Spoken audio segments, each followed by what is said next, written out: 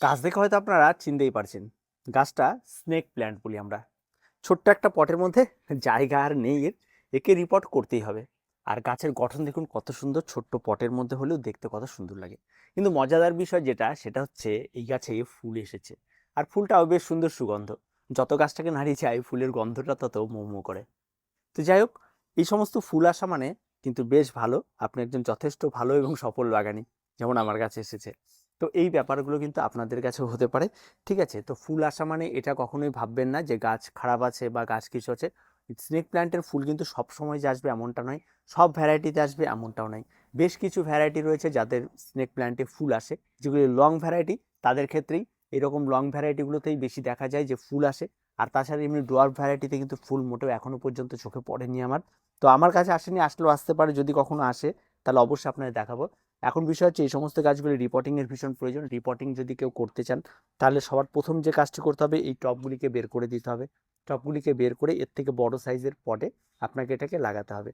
আর তার জন্য আপনার যেটা প্রয়োজন, সব থেকে বেশি প্রয়োজন, সেটা হচ্ছে মাটি।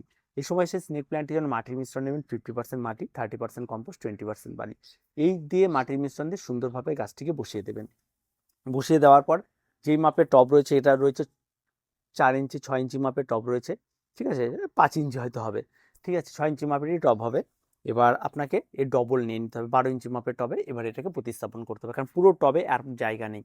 তা নাহলে কিন্তু দেখতে ভীষণ খারাপ লাগবে। তাই বড় টবে আপনাকে এটা নিয়ে নিতে হবে, নিয়ে আপনাকে বড় টবে প্রতিস্থাপন করতে হবে। তো আমি আজকেই টব চেঞ্জ করছি না, আপনাদের বিষয়টা জানাচ্ছি, যেহেতু বসন্ত পড়ে গেছে, অনেকের কাছে অনেক এই গাছগুলি রয়েছে। তো বড় টবে লাগিয়ে দিতে হবে। টবে লাগিয়ে দেওয়ার পর আপনাকে রুট পুনিং করতে হবে। এই সমস্ত কোনো কিছুতে যাবেন না স্নেক প্ল্যান্টের ক্ষেত্রে।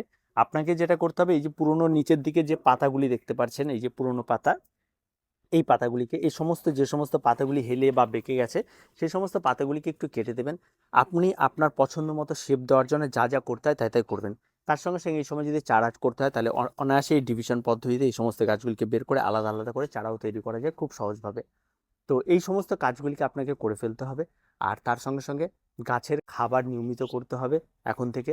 যে 15 দিন পর পর যদি আপনি লিকুইড ফার্টিলাইজার দিতে চান, তার লিকুইড ফার্টিলাইজার এনপিকে 15-15-15 বা এনপিকে 19-19-19 যেটা আপনি দিতে চান, সেটা আপনি 15 দিন পর পর কন্টিনিউ করুন।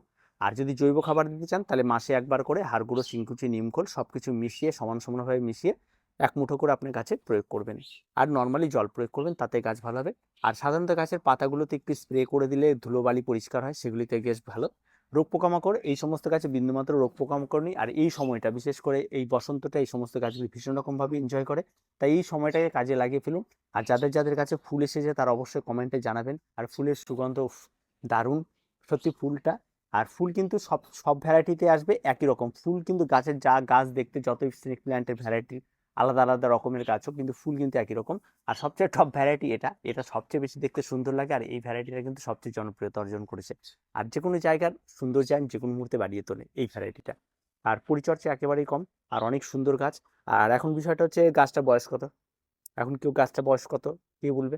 আমি কখনোই বলবো না যে এই গাছে ম্যাজিক খাবার দিছি একদিনে হয়ে গেছে। গাছটি বয়স 2 বছর। 2 বছরে এরকম গাছ হয়েছে, সেটা আরো কম সময়েও হতে পারে। তার জন্য আপনার পরিচর্যা, আপনার কতটা পরিমাণ ধৈর্য ধরে আপনি রাখতে পারবেন, কেমন পটে। আমি তো এই একই পটের মধ্যে রেখে দিয়েছি, তো পটটা চেঞ্জ করা হয়নি, এবার করতেই হবে। তো এই ছোট্টখাট্ট পরিচর্যাগুলি আপনাকে রেডি করতে হবে। ধীরে ধীরে ধীরে ধীরে আপনাকেও আস্তে আস্তে এগিয়ে যেতে হবে। আর যে সমস্ত গাছগুলো ডোয়ার্ফ গাছ রয়েছে, সেই ডোয়ার্ফ গাছের পরিচর্যা নিয়ে পরে কথা বলবো।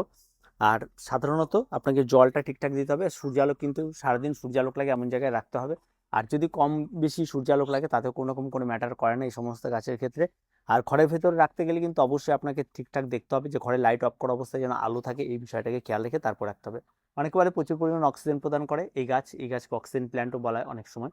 তো যাই হোক, কিন্তু যেটাই করুক আপনাকে গাছকে আগে বাঁচিয়ে, গাছের গোড়ায় যদি চ্যাপচ্যাপে থাকে জল প্রয়োগ করবে না, গাছের গোড়া একদম শুকিয়ে ঠনঠনে হয়ে যাবে, তারপর গাছে জল প্রয়োগ করুন। বারবার গাছে জল প্রয়োগ করা মানে এই সমস্ত গাছের ক্ষতি। তো এই ছোট ছোট পরিচর্যাগুলির মধ্যে দিয়ে আপনি আপনার স্নেক প্ল্যান্টকে দেখার মতো করতে পারবেন। আর একটা বিষয় যেটা, কার কার গাছে ফুল এসেছে এই সময় এসে বসন্তে স্নেক প্ল্যান্টের, অবশ্যই কমেন্টে জানিও।